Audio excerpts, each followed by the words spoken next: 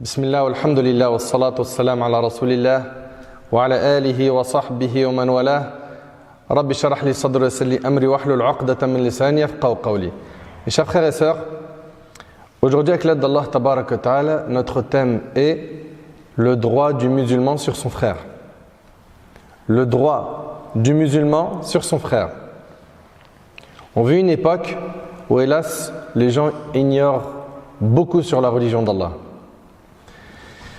Et quand je dis ils ignorent beaucoup, je parle des choses de base, telles que le droit d'Allah, le droit du prophète sallallahu alayhi wa sallam, le droit des parents, le droit des enfants, le droit du musulman sur son frère et j'en passe. Et aujourd'hui, on va traiter du sujet du droit du musulman sur son frère. Et ce thème sera divisé en 3 parties. La première partie, le sens de la fraternité. La deuxième partie, le droit du musulman sur son frère. Et la troisième partie, l'art de gagner les cœurs. Et sans trop tarder, on commence la première partie, le sens de la fraternité. Tout d'abord, sachez que la fraternité est de 2 types. La fraternité basée sur les liens de famille et celle basée sur l'islam. Il y a donc ton frère de sang et il y a également ton frère en islam. Dans notre religion, les croyants en islam sont considérés comme des frères, comme un seul corps. Avoir des gens qu'on aime en Allah tabarak wa ta'ala, c'est un cadeau qui nous vient d'Allah. Avoir des gens qu'on aime pour Allah, ça c'est un cadeau de la part d'Allah. Et qu'Allah tabarak wa ta'ala fasse miséricorde à Al-Hassan al-Basri rahimahullah, ce grand savant qui disait « Nos frères en Allah sont plus chers à nos yeux que nos familles ». Pourquoi? Parce que nos frères en Allah, ils nous rappellent Allah et nos proches de la même famille, parfois ils ne nous rappellent pas Allah, ils nous rappellent Dunya. Allah tabarak wa ta'ala dit « Innamal mu'minuna ikhwa » Les croyants ne sont que des frères. Le prophète alayhi salatu wassalam a su en très peu de temps, dans une terre désertique, éduquer la meilleure génération qu'a connue la terre. Il les a éduqués en leur enseignant la croyance, le tawhid. Et parmi les premières choses qu'il a faites quand il est arrivé à Médine, c'est quoi? C'est qu'il a instauré la fraternité entre al-muhajirin ou al-ansar. Il les a unis. Les muhajirin, c'est les musulmans qui ont émigré de la Mecque à Médine, et les ansar, c'est les musulmans qui vivaient à Médine. Allah tabarak wa ta'ala, il nous a donné l'ordre dans le Coran d'être unis et non de nous diviser comme le font certains malheureusement. Allah ta'ala il dit wa'tasimu bihablillahi jami'a wa la tafarraqu wadhkuru ni'matallahi alaykum idh kuntum a'da'a fa'alafa bayna qulubikum fa'asbahtum bi ni'matihi ikhwana. Allah ta'ala il dit et cramponnez-vous tous ensemble au câble d'Allah et ne soyez pas divisés. Et rappelez-vous le bienfait d'Allah sur vous lorsque vous étiez ennemis, c'est lui qui réconcilia vos cœurs, puis par son bienfait, vous êtes devenus des frères. Et Allah Ta'ala il dit وَالْمُؤْمِنُونَ وَالْمُؤْمِنَاتِ بَعْضُهُمْ أَوْلِيَاءُ بَعْضٍ. Les croyants et les croyantes sont alliés les uns des autres. Les compagnons radiyallahu anhum du prophète sallallahu alayhi wa sallam, ils étaient unis. Et ils s'aimaient pour Allah. Et pour vous donner un exemple, regardez ce hadith qui est rapporté par l'imam al-Bukhari d'après Anas. Après l'arrivée du prophète alayhi salatu wassalam à Médine, le prophète il a instauré la fraternité entre les muhajirin, les musulmans qui avaient quitté la Mecque pour arriver à Médine, et les musulmans qui vivaient à Médine, les ansar. Et parmi ceux qui ont été exemplaires dans leur fraternité, il y a eu un compagnon qui s'appelle Abdurrahman ibn Auf, qui lui venait de la Mecque, et le compagnon Sa'd ibn Rabi', qui lui était médinois et qui était riche. Vous suivez? Ce qui s'est passé, c'est que Sa'd ibn Rabi' il dit au compagnon qui vient d'arriver de la Mecque, et essayez de vous mettre un petit peu dans le contexte de l'époque où les musulmans qui ont quitté la Mecque, beaucoup d'entre eux ont dû partir en laissant leurs biens, certains ils ont laissé leur famille, ils sont arrivés à Médine sans avoir de promesse d'embauche qui les attend, sans savoir où est-ce qu'ils vont être logés. Le plus important pour eux, c'était de sauver leur dîne. Donc ils arrivent à Médine, et là, entre autres, on a le compagnon Abdurrahman ibn Auf, et ils rencontrent Sa'd ibn Rabi' qui lui dit quoi? Il lui dit je suis l'un des plus riches des Ansar. Prends la moitié de mes biens. Je ne sais pas si tu réalises. Quelqu'un qui dit, on partage ma richesse en deux. C'est énorme.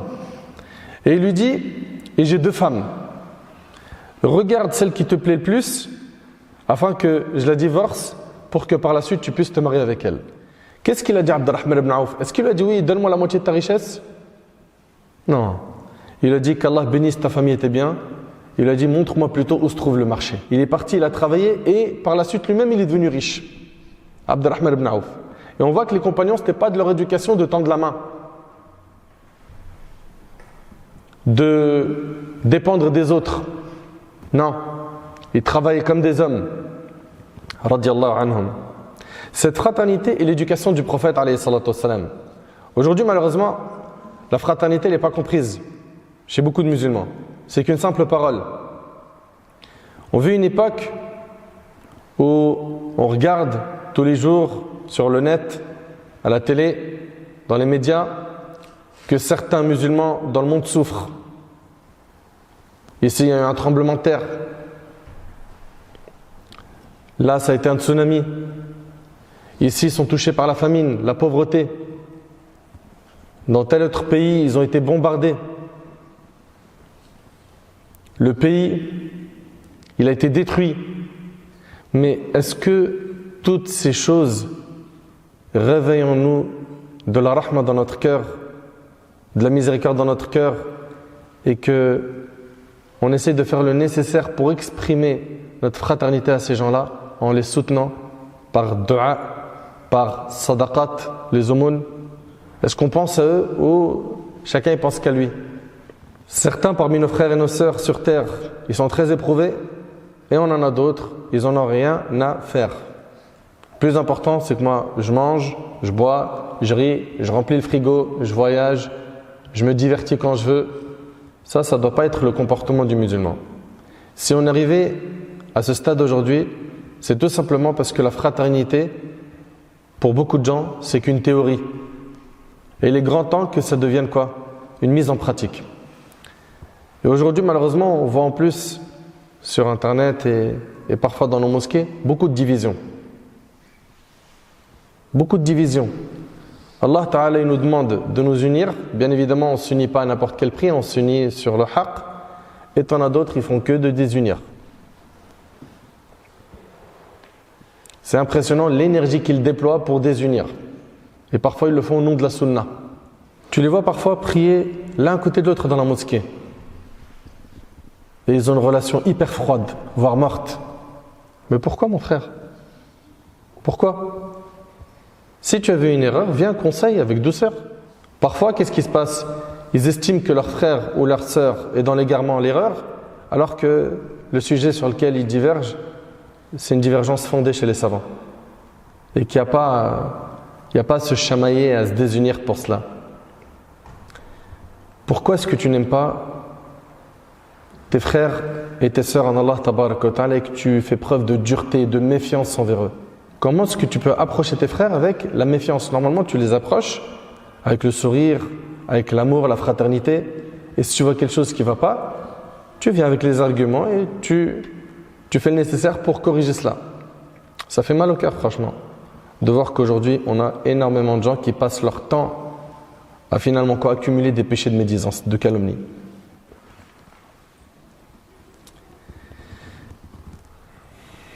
Donc, la première des choses que j'aimerais que vous compreniez, c'est qu'on est des frères en Allah tabaraka wa ta'ala.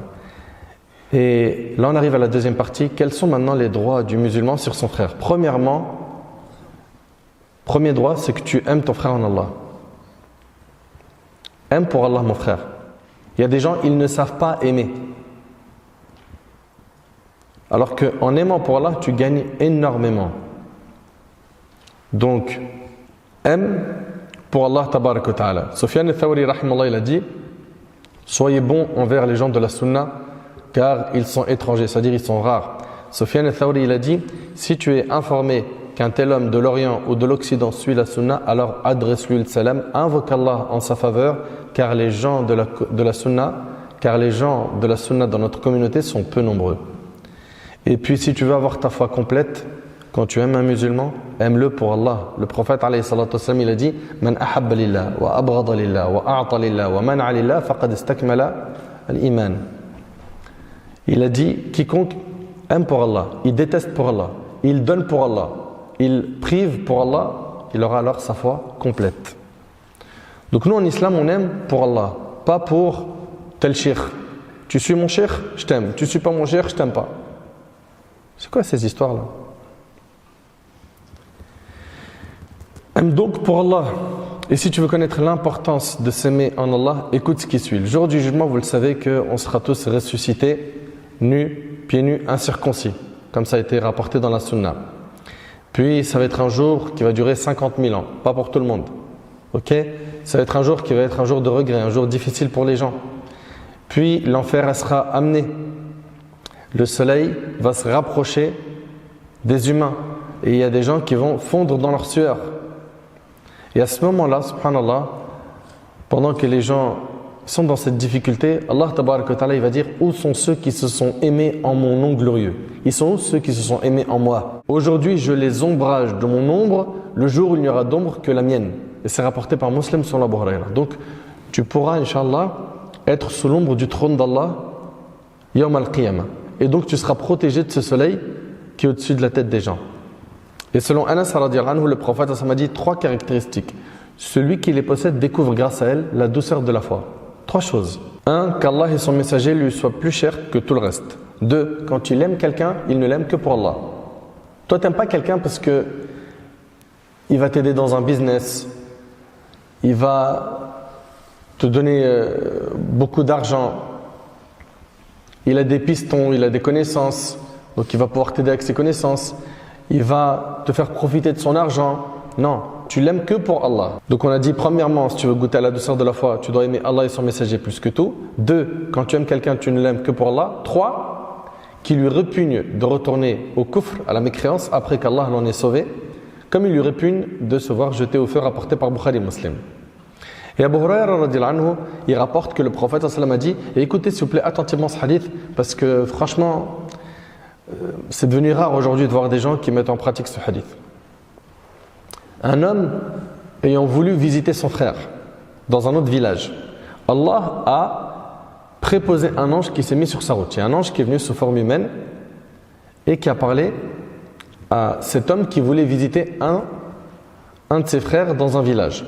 À l'arrivée de cet homme au point où l'ange l'attendait, celui-ci lui a dit « Où vas-tu » L'homme a dit « Je vais voir un de mes frères dans ce village. » L'ange lui a dit « Y a-t-il un bienfait de ta part que tu entretiens en sa faveur? Est-ce qu'il y a un intérêt que t'attends par cette rencontre ?» L'homme lui a dit « Non, tout ce qu'il y a, c'est que je l'ai aimé pour Allah. »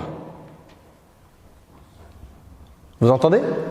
L'ange lui a dit « Je suis envoyé à toi par Allah pour t'annoncer qu'Allah t'aime comme tu as aimé cet homme pour lui, rapporté par le Bukhari. » Est-ce que ça nous est déjà arrivé de nous dire « Allez, aujourd'hui, je vais aller visiter un de mes frères, Lillah Azzawajal. Je vais m'asseoir avec lui, prendre ses nouvelles, rester un petit peu avec lui, et puis après je pars. J'y vais absolument pas pour un intérêt de ce bas monde, un intérêt de dunya. J'y vais que Lillah. » Est-ce qu'une de nos sœurs a déjà pensé à faire cela? À se dire aujourd'hui, je vais aller visiter une de mes sœurs en Allah sans attendre quelque chose en retour. C'est juste, je veux visiter cette personne pour Allah, c'est tout. T'imagines par cela, tu gagnes quoi? L'amour d'Allah. Il lui a dit, je suis envoyé à toi par Allah pour t'annoncer qu'Allah t'aime comme tu as aimé cet homme pour lui. Allahu Akbar. Subhanallah. Si aujourd'hui je te dis qu'une personnalité, une personne bien réputée t'aime, par exemple quelqu'un qui aime trop les joueurs de foot, ok? Un joueur en particulier, il le kiffe. Et qu'on vient de dire, ce joueur, il t'aime. Et plus que ça, aujourd'hui, sois connecté à la télé, sur telle chaîne, il va parler de toi. Il va dire du bien de toi. Et que ça se réalise.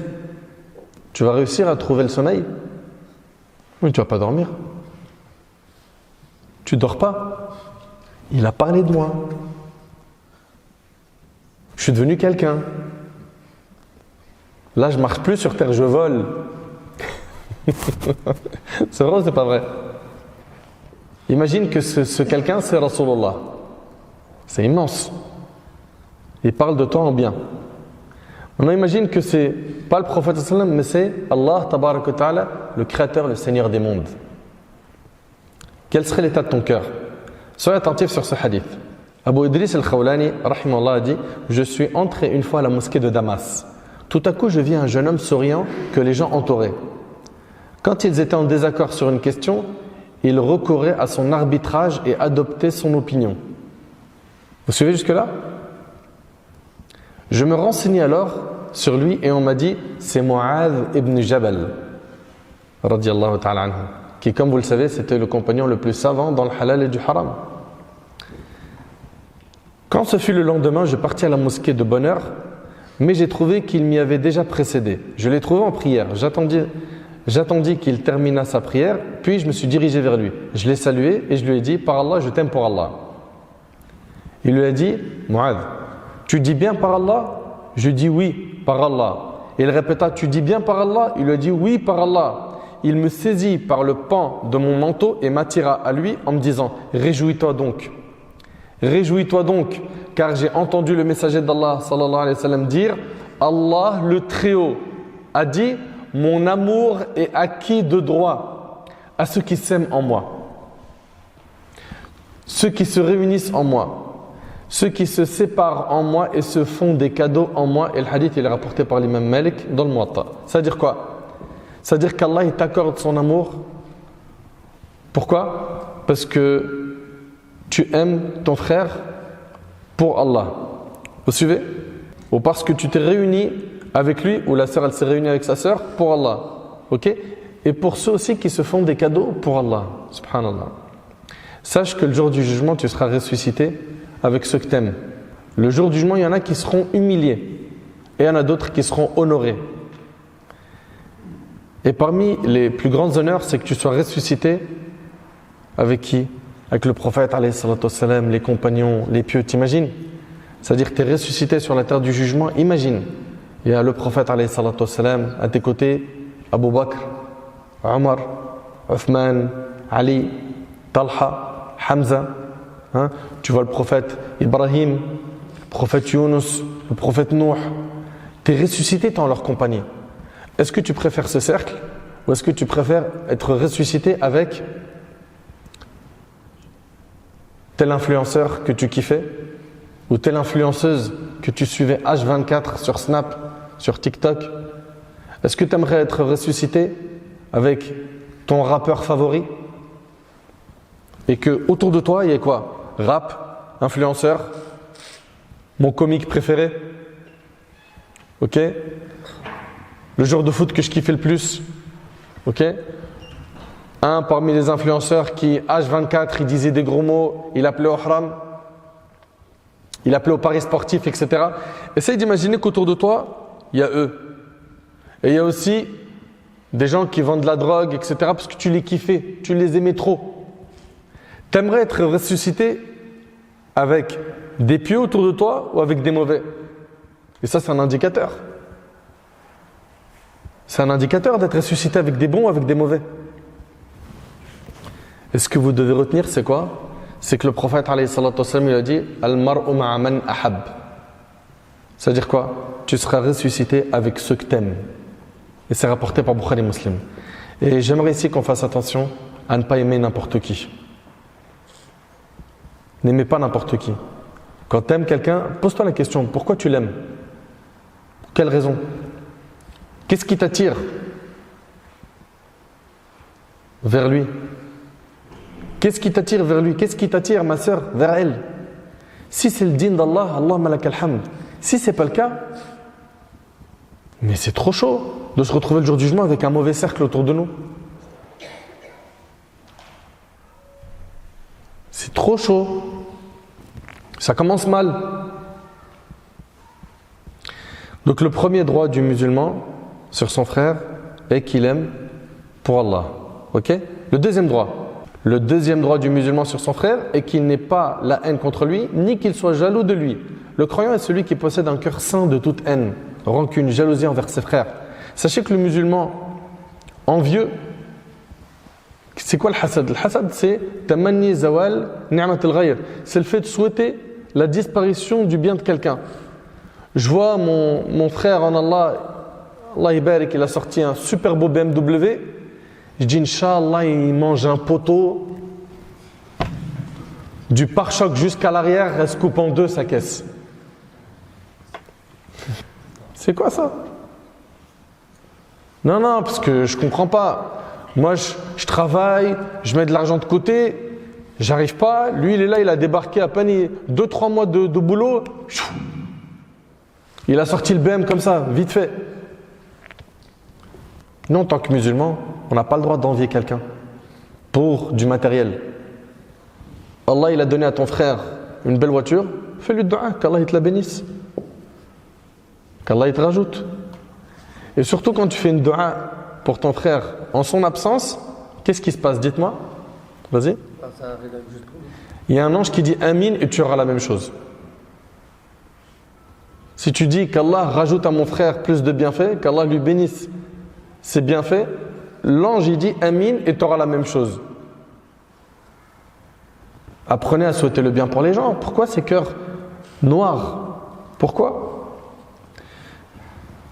En plus de ça, quand tu es en train de dire mais je comprends pas pourquoi lui il a ça et moi j'arrive pas, mais tu es en train de t'opposer au destin d'Allah. C'est comme si tu étais en train de dire Allah distribue mal les subsistances aux gens. T'es sérieux? Tu sais mieux qu'Allah qui mérite quoi? Faut pas être malade. Il est possible que tu vois un de tes frères, il a acheté Allah ibarik une très belle maison. Et toi, tu es dans un HLM qui t'a fait péter un plomb. Lui, Allah ibarik, il a un beau jardin, parking pour la voiture, c'est bien illuminé, la maison elle est belle, tout est à sa place. Tu es rentré, tu t'es assis, tu as eu la haine. Mais va soigner ton cœur. Tu dois être content. Dis Allahumma barik.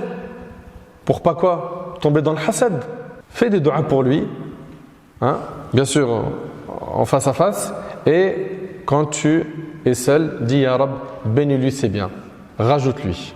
Allah tabaraka wa ta'ala a fait que certains possèdent ce que d'autres ne possèdent pas. Et comme vous le savez, Allah tabaraka wa ta'ala, il est hakim, il est sage. Il est alim, il a la connaissance parfaite de la situation de chacun. Il sait que s'il donne à lui la richesse peut le corrompre. Il sait que s'il donne à un tel la pauvreté, il ne va pas patienter, la pauvreté va le corrompre. Allah tabaraka wa ta'ala a placé chaque chose à sa place. Il faut donc accepter le destin d'Allah. Dans un hadith rapporté par Bukhari et Muslim selon Anas, le prophète a dit « Ne rompez pas les liens d'amitié qui vous unissent. Ne vous tournez pas le dos les uns aux autres. Ne vous haïssez pas. Ne vous enviez pas. » Même si toi tu rêvais d'avoir une nouvelle voiture par exemple, et que ton ami il a eu une voiture Allah ibarik, qu'elle est vraiment très très très belle, ne l'envie pas. C'est-à-dire quoi? Ne lui souhaite pas le mal. Bien sûr, si toi ta voiture elle est vraiment très fatiguée, que tu veux à tout prix la renouveler et que tu dis Inch'Allah j'espère un jour faire comme lui, ça n'y a pas de problème.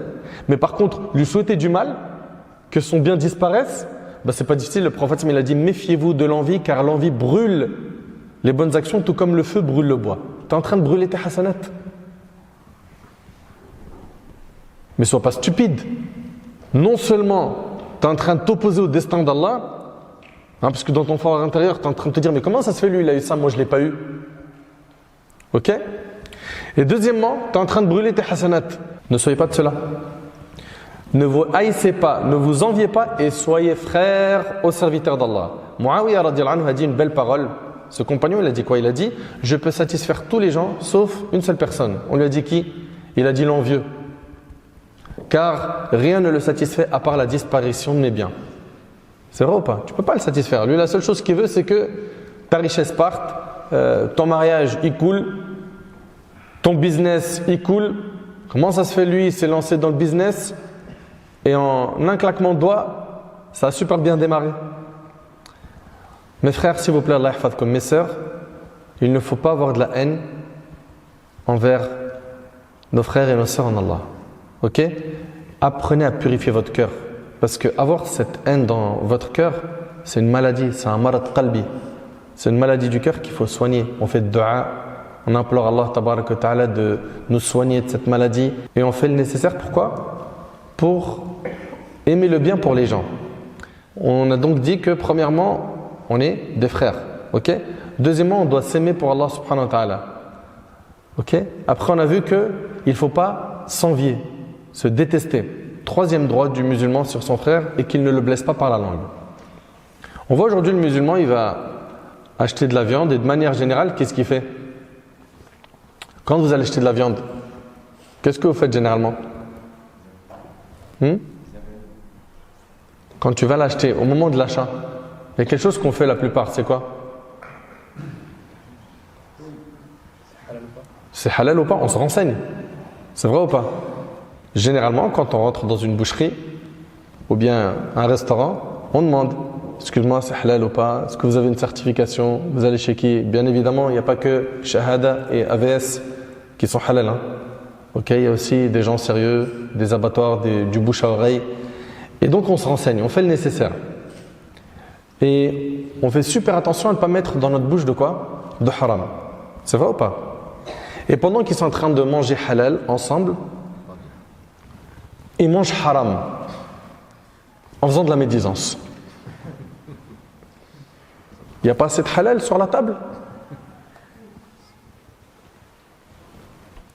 Quand tu fais de la médisance, tu es en train de manger la chair de ton frère. أَيُحِبُّ أَحَدُكُمْ أَن يَأْكُلَ لَحْمَ أَخِيهِ مَيْتًا فَكَرِهْتُمُوهُ. Allah subhanahu wa ta'ala dit l'un de vous aimerait manger la chair de son frère mort. C'est ça la médisance. La médisance, c'est quoi? C'est dhikruka akhak bima yakrah. C'est d'évoquer au sujet de ton frère ce qu'il détesterait entendre. Donc je dis par exemple, tel frère là, il est avare, il est mauvais, en son absence.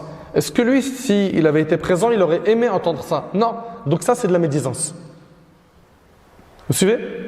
Maintenant, si je dis ça, et en plus de ça, il n'est même pas avare, là, c'est de la calomnie.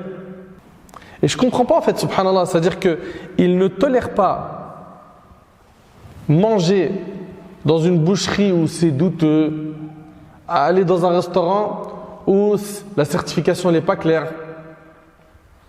Ça, il n'accepte pas, mais il n'y a aucun problème pendant qu'ils sont en train de manger halal, à manger haram en même temps. Je me souviens une fois, on était dans un cercle avec des frères et on avait terminé de manger un très bon plat, Allah Ibarak. Et il y a des frères dans l'assemblée, ils ont commencé à faire de la médisance. Un parmi ceux qui étaient avec nous, il a dit, les frères, qu'est-ce qu'il y a? Il n'y a plus de halal à manger? Commencez à manger du haram? Mais prenez encore du poulet. Si vous avez faim, mangez ça, c'est mieux. Ça au moins c'est halal. Fallah Ibarak fikum, faites super attention à ce point. Ok? Quand il y a de la médisance, vous devez faire le nécessaire. Pourquoi? Pour freiner ce mal. Le prophète il a dit Man ra'a minkum munkara falyughayyirhu. Comment? Biyadihi fa in lam yastati' fa bi lisanihi fa in lam yastati' fa bi qalbihi wa dhalika ad'afu al-iman. Quand tu vois un mal, le prophète il a dit change-le avec ta main. Si tu peux pas, avec ta langue. Si tu peux pas, avec ton cœur. Que tu répugnes ce mal. Et ça c'est le plus petit degré de la foi. Donc voilà, tu as vu des gens qui font de la médisance, dis-leur les frères, c'est un grand péché ça. Stop, on arrête. Les sœurs, on arrête. Si en face tu as des gens qui disent oh, tu vas pas commencer toi à nous faire l'imam. Ok? Si tu as appelé, si tu as rappelé à l'ordre et que ça ne mord pas à l'hameçon, reste pas ici. Tu n'as rien à faire dans cette assemblée. Dis-leur moi je reste pas dans un endroit où il y a de la désobéissance. Je reste pas avec vous. Tu te lèves, tu pars. Si tu n'arrives pas à changer le mal, c'est pas tu restes et tu rigoles. Tu rigoles, c'est-à-dire que tu cautionnes. Non, mais parce que franchement, c'est trop marrant comment ils lui ont mis le tarif. Vous êtes sérieux là? Donc faites très attention à ça, à la médisance. Ok? Une parole peut détruire une famille. Une parole. Une parole peut enclencher des guerres dans un couple. Et les gens, malheureusement, ils ne font pas attention à ce qu'ils prononcent. Allah Ta'ala dit Ma yalfidhu min qawl. Écoutez bien. Allah Ta'ala nous dit Ma yalfidhu min qawl illa ladayhi raqibun atid. Il ne prononce pas une parole sans avoir auprès de lui un observateur prêt à l'inscrire. Il y a des anges qui inscrivent tout ce que tu dis. Et le prophète alayhi salatu wassalam a dit L'homme dit sûrement, écoutez bien s'il vous plaît, hein, une parole digne de la satisfaction d'Allah sans lui prêter la moindre attention. Et voilà qu'Allah l'élève de plusieurs degrés. Écoutez bien. Et voilà qu'Allah l'élève à cause d'elle de plusieurs degrés. Et l'homme dit sûrement une parole provoquant la colère d'Allah, sans lui prêter la moindre attention. Et voilà qu'elle le fait plonger dans l'enfer rapporté par l'imam al-Bukhari. Une parole que tu prononces dans ton travail, chez toi, avec tes amis, dans l'intention de rabaisser quelqu'un ou de te moquer, cette parole peut causer ton entrée en enfer. De même, une parole que tu dis sur un de tes frères pour salir son honneur, il en est de même pour ceux qui vont salir l'honneur d'une personne de science, un savant, quelqu'un qui prêche, qui fait la da'wah. Ça peut te coûter très cher le jour du jugement. C'est pour ça, abstiens-toi. Et je vous mets en garde contre le fait de manger la chair des gens de science, comme on le voit malheureusement aujourd'hui. Le prophète, alayhi salatu wassalam, on lui a dit, quel est le meilleur musulman? Il a dit, celui dont les musulmans sont à l'abri de sa langue et de sa main. C'est rapporté par Bukhari Muslim. Et il a dit, celui qui croit en Allah et au jour dernier, qu'il dise du bien ou qu'il garde le silence. Et il a dit, alayhi salatu wassalam, le musulman est celui dont les musulmans sont à l'abri du mal de sa langue et de ses mains. Et il a dit, celui qui me garantit ce qu'il a entre ses deux mâchoires, donc sa langue, et ses deux jambes, c'est-à-dire son sexe, je lui garantis le paradis, rapporté par Bukhari Muslim. Et dans un hadith rapporté par Tirmidhi, le prophète sallallahu alayhi wa sallam a dit, toutes les fois que le fils d'Adam se lève le matin, tous ses organes blâment sa langue d'une façon humiliante. Tous ses organes blâment sa langue d'une façon humiliante. Ils lui disent, crains Allah dans ton comportement à notre égard car nous dépendons tous de toi. Si tu es sur le droit chemin, nous le sommes aussi. Et si tu prends la route tortueuse, nous la prenons avec toi, rapporté par Tirmidhi. Et le prophète alayhi salatu wassalam a dit, quiconque dit sur un croyant ce qu'il n'y a pas en lui, Allah le fera habiter dans Radratul Khabal, jusqu'à ce qu'il soit délivré de ce qu'il a dit, et il n'en sera pas délivré, rapporté par le Hakim. On a dit au prophète sallam, c'est quoi Radratul Khabal? Il a dit, ce sont les sécrétions des gens de l'enfer. Tu dis sur quelqu'un ce qu'il n'y a pas en lui, Allah te fera habiter dans Radratul Khabal, les sécrétions des gens de l'enfer. Allahu Akbar. Subhanallah. Quatrième droit du musulman sur son frère, c'est d'avoir le bon soupçon envers lui. C'est-à-dire quoi? De penser du bien de lui. Allah tabarak wa ta'ala dit, ya ayyuhalladhina amanu ijtanibu kathiran min adh-dhann inna ba'da adh-dhanni ithm. Ô vous qui avez cru, évitez de trop conjecturer sur autrui car une partie des conjectures est péché. C'est-à-dire quoi? C'est-à-dire qu'il faut faire le nécessaire pour avoir des bons soupçons envers tes frères et envers tes sœurs. Ce point-là, il est très très important. Souvent, on va voir quelque chose de flou sur notre frère et tout de suite, on va mal l'interpréter.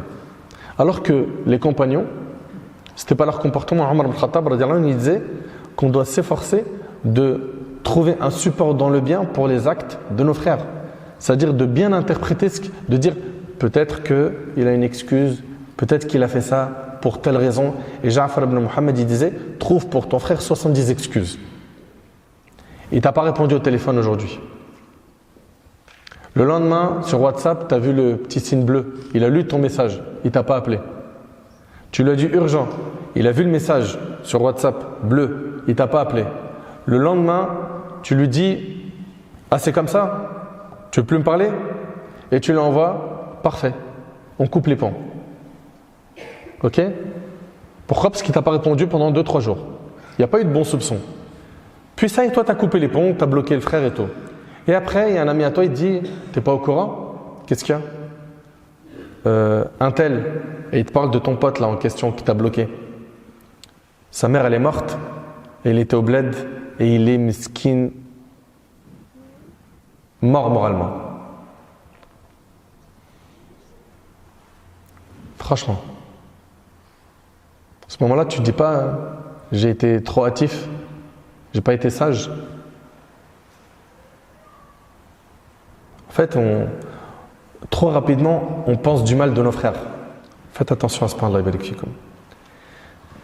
Le musulman est donc celui qui pense tout le temps du bien sur son frère. La sœur, elle pense tout le temps du bien de sa sœur. Cinquième droit du musulman sur son frère est qu'il défend son honneur. Vous avez probablement déjà vu à l'école des gens, on déchire leur honneur. Ou bien dans ton quartier, ou bien au sein de ta famille, ou bien sur le net. Parfois ça touche même des gens de science. des gens qui appellent Allah, est-ce que ton réflexe a été de faire le nécessaire pour défendre l'honneur de ton frère ou tu as participé à propager ces informations qui circulent sans les vérifier? Selon Asma bint Yazid radiallahu ta'ala anha, le prophète m'a dit: quiconque défend l'honneur de son frère en religion en son absence, Allah le préservera du feu de l'enfer. Rapporté par Ahmed. Ils sont combien ceux qui pratiquent ce hadith aujourd'hui?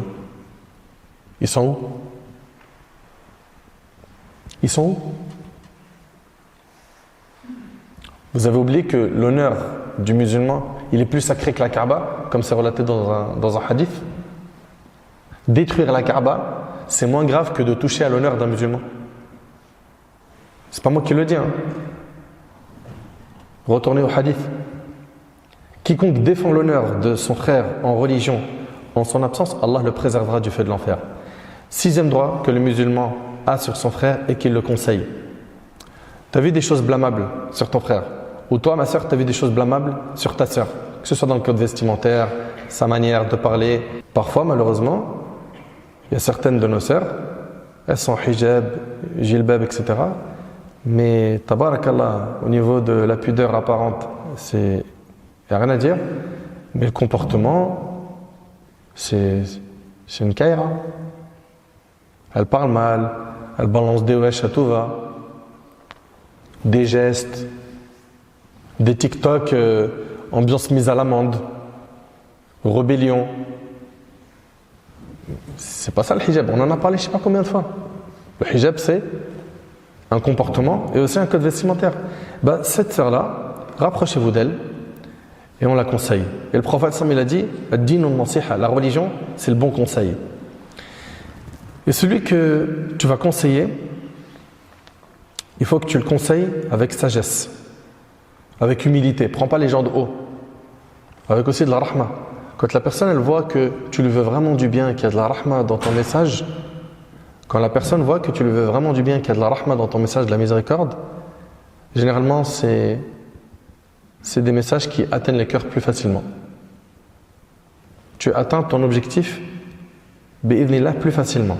Allah Ta'ala il dit concernant le prophète فَبِمَا رَحْمَةٍ مِّنَ اللَّهِ لِنْتَ لَهُمْ وَلَوْ كُنْتَ فَظًّا غَلِيظَ الْقَلْبِ لَانفَضُّوا مِنْ حَوْلِكَ. C'est par quelques miséricordes de la part d'Allah que tu, yani à Muhammad, a été si doux envers eux. Mais si tu étais rude, au cœur dur, ils se seraient enfuis de ton entourage. Donc on comprend bien que la dureté, ça fait fuir. Ouais, mais ils font des trucs de fou. Allah tabaraka ta'ala, il a envoyé Moussa et Haroun à qui? J'entends pas à qui? À Pharaon. Et qu'est-ce qu'il leur a dit? فَقُولَ لَهُ قَوْلًا لَيِّنًا. Parlez-lui avec des paroles qui soient quoi? Douces. Pharaon. Toi tu viens me dire ouais non mais lui il fait des trucs graves, elle fait des trucs. Pharaon il a dit je suis votre Seigneur le Très-Haut. Ana rabbukum al-a'la, n'est-ce pas? Allah Ta'ala a demandé à ces deux prophètes de lui parler gentiment. Alors que c'est l'un des plus grands tyrans de l'histoire. Donc il faut méditer sur tout ça. Quand tu vois donc de la désobéissance en face, prends sur toi, pourquoi? Pour bien contrôler ton discours et que ce soit sage. Sage, ça ne veut pas dire tout le temps tu vas être doux. Parfois tu peux être ferme. Le prophète il a déjà été ferme avec certains et doux avec d'autres. Et j'ai une khutba sur ce sujet. C'est un 7e droit du musulman sur son frère et qu'il l'assiste, qu'il ait tort ou raison. Que tu assistes ton frère, qu'il ait tort ou raison. Vous allez me dire, mais attends, comment ça? Je l'assiste quand il a raison, ouais. Mais quand il a tort, écoute. Selon Anas radhiyallahu anhu, le prophète a dit, assiste ton frère, qu'il ait tort ou qu'il ait raison. Quelqu'un dit, oh messager d'Allah, je l'aide quand il est victime d'une injustice. Mais comment veux-tu que je l'aide quand c'est lui-même l'injuste? Il a dit, tu l'empêches de faire son injustice et c'est ainsi que tu viens à son secours. Vous comprenez? Donc quand on dit, on assiste quelqu'un qu'il ait tort ou raison, ça veut dire quoi? S'il a raison, on l'assiste. S'il a tort, on l'assiste comment? En le conseillant. En lui disant, ce que tu as fait là, c'est pas bon, c'est pas correct. 8e droit du musulman sur son frère et qu'il cache ses fautes. Tu as vu des erreurs? Cache-les. Ok? Le prophète alayhi salatu wassalam, a dit dans le hadith d'Abu Barz al-Aslami radiyallahu anhu: ô vous qui avez cru avec vos langues alors que la foi n'a pas encore pénétré votre cœur, ne médisez pas des musulmans et ne cherchez pas les défauts de vos frères, car quiconque cherche les défauts de son frère en islam, Allah cherchera les siens, et celui dont Allah cherche ses défauts, il l'humiliera en mentionnant ses défauts, même ce qu'il a commis seul dans sa demeure. Et le hadith il est rapporté par Ahmad. Donc comprenez bien, Allah yabarik fikum, que si vous vous amusez à chercher les erreurs des gens, tôt ou tard, vous-même, vous serez humilié. Vous serez humilié. Les gens sont de deux catégories. Une catégorie qui cherche à faire de son mieux pour pratiquer la religion, c'est le type de personnes qui font des efforts. We were in love that never meant to stay. Some things are real, even when they fade.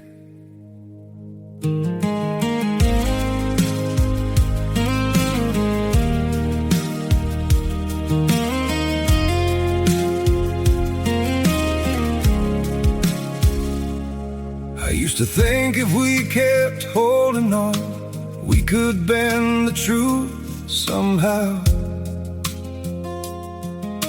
But love can't fight what's pulling us apart, and it's breaking us down now.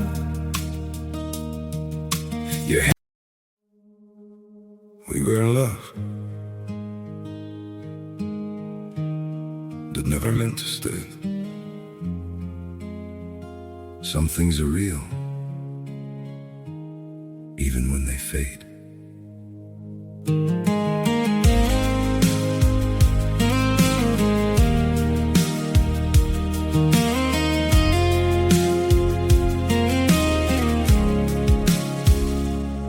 I used to think if we kept holding on, we could bend the truth somehow. But love can't fight what's pulling us apart, and it's breaking us down now.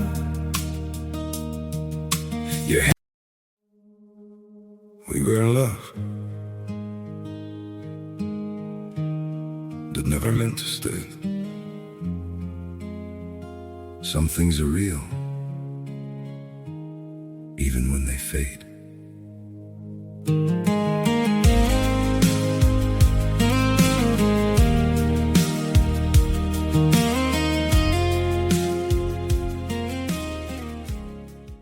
I found a flame beneath the frost. It whispered songs the roots had lost. The orchard sways in ghostly light, its apples black with ancient night.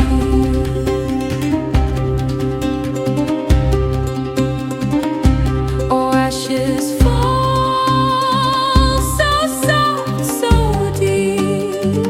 They feed the ground where secrets sleep. Beneath the bark, a memory clings, a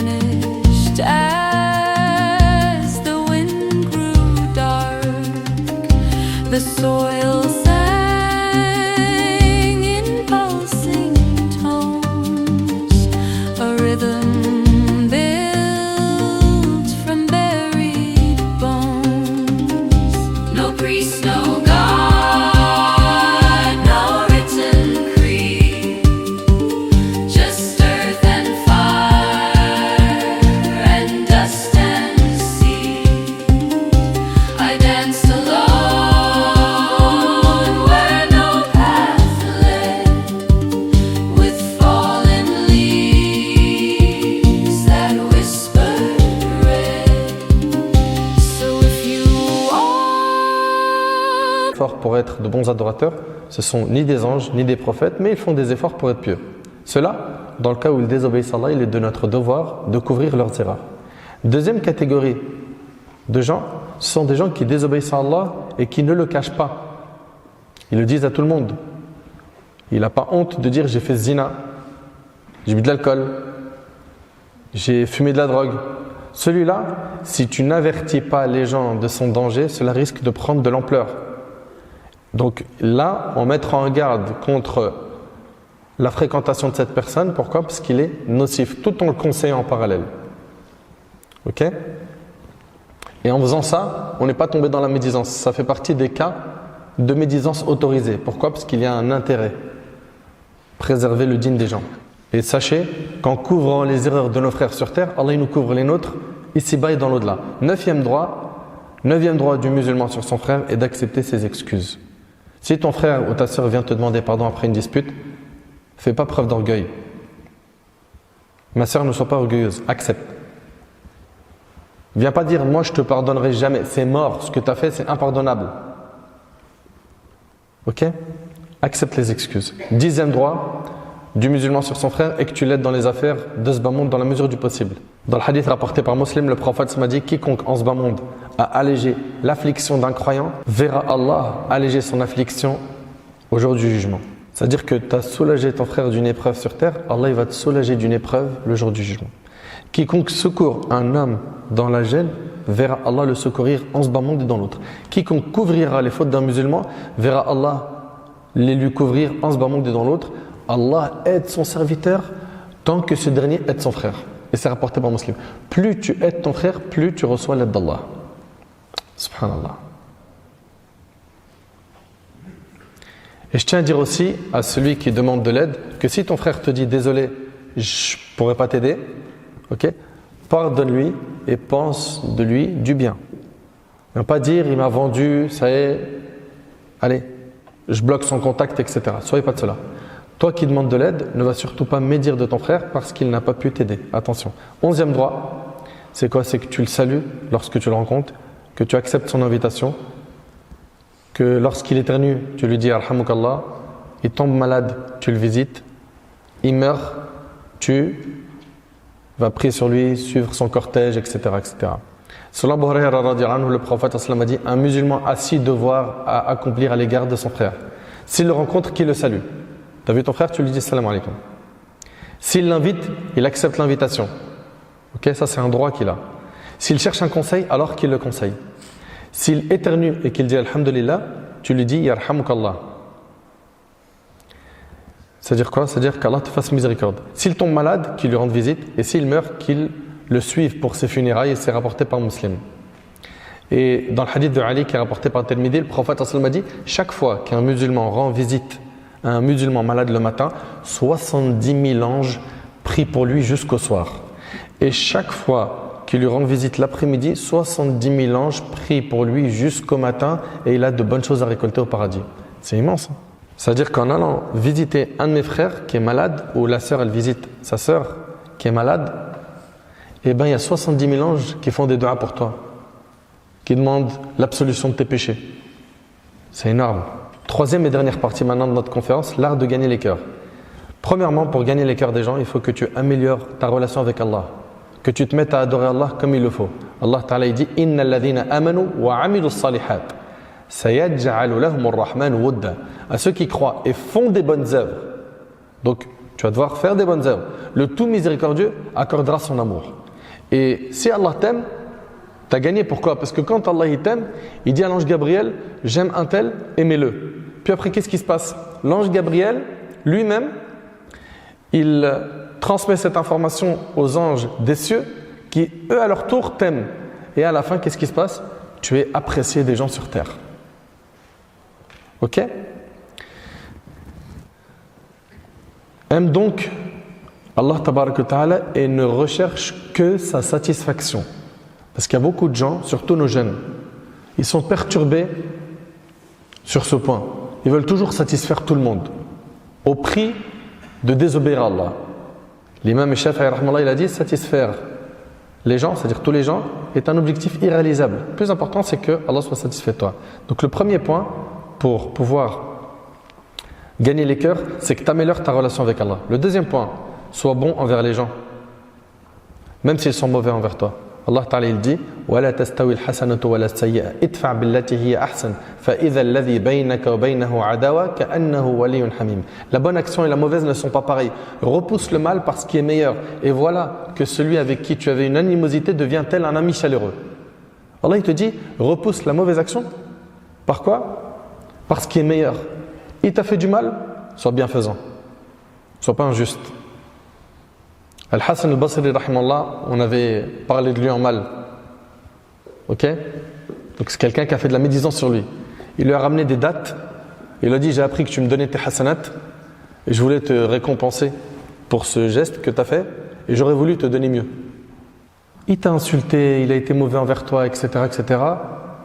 Patiente, prends sur toi et apprends à être comme le prophète alayhi salatu wassalam dans ces moments d'injustice. Regarde comment il a traité ses problèmes et fais comme lui car c'est notre modèle. 3. Que tu informes ton frère que tu l'aimes pour Allah. Et il en est de même pour toi ma sœur, envers tes sœurs. Selon Al-Miqdad, regardez le prophète, qu'est-ce qu'il a dit dans ce hadith. Quand quelqu'un aime son frère, qu'il lui fasse part de son amour pour lui. T'aimes quelqu'un pour Allah? Dis-lui. Non, chouma. Moi j'ai honte. Pourquoi? Selon Anas radiyallahu anhu, un homme était assis auprès du prophète. Quand quelqu'un passa, il dit ô messager d'Allah, j'aime vraiment cet homme. Le prophète lui a dit, l'en as-tu informé? Il lui a dit non. Il lui a dit, informe-le donc. Il le rejoignit et lui a dit, je t'aime en Allah. L'autre lui a dit, ahabbaka alladhi ahbabtani lah.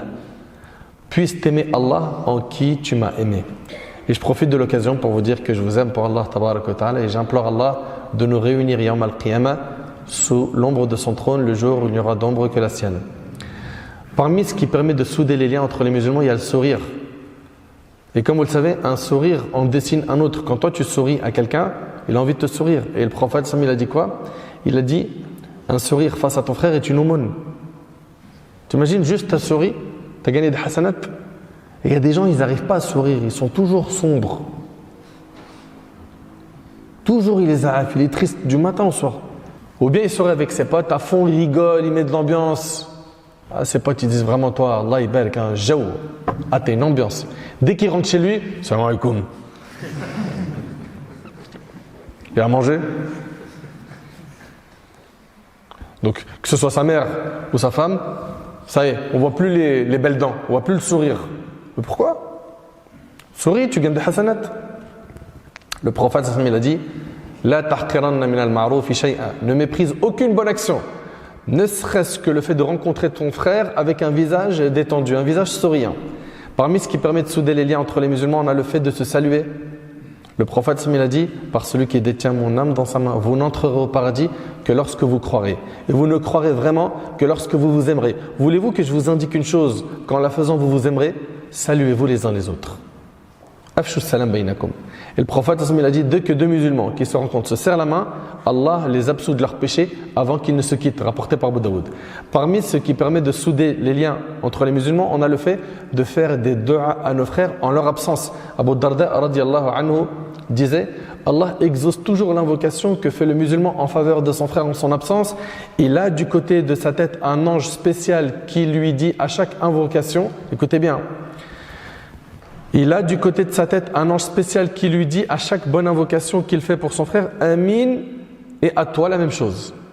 Ce qu'on vous a dit tout à l'heure. Et c'est rapporté par Muslim.